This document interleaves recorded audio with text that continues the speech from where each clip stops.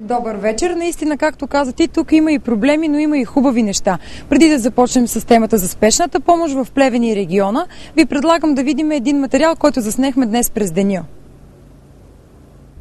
Кардиологичната болница в Плевен е единствената денонощна в северозападна България. На ден тук се правят поне по 10 сърдечни операции.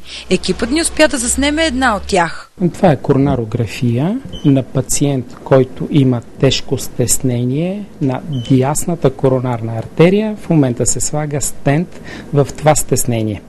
През изминалата нощ 26-годишен мъж беше опериран от масивен инфаркт. Интервенцията е преминала успешно, а съвсем скоро той ще бъде изписан. Тоест, ние сме в болница, в която спокойно може да настаниш болен в 1 през нощта и в 3 през нощта той да е излекуван. Много са малко болниците в България, които отговарят на този стандарт. Това потвърждават и пациентите. Аз днеска постъпих. Просто станах много учудена, че е такова посрещане. Любезни, ето сега подготвят ме за коронарография. Жените или мъжете пък са по-рискови от полза инфаркт. Природата е направила жените да са по-издържливи в детородна възраст. И затова до климакса жените мрете от инфаркт много по-малко, отколкото ние мъжете.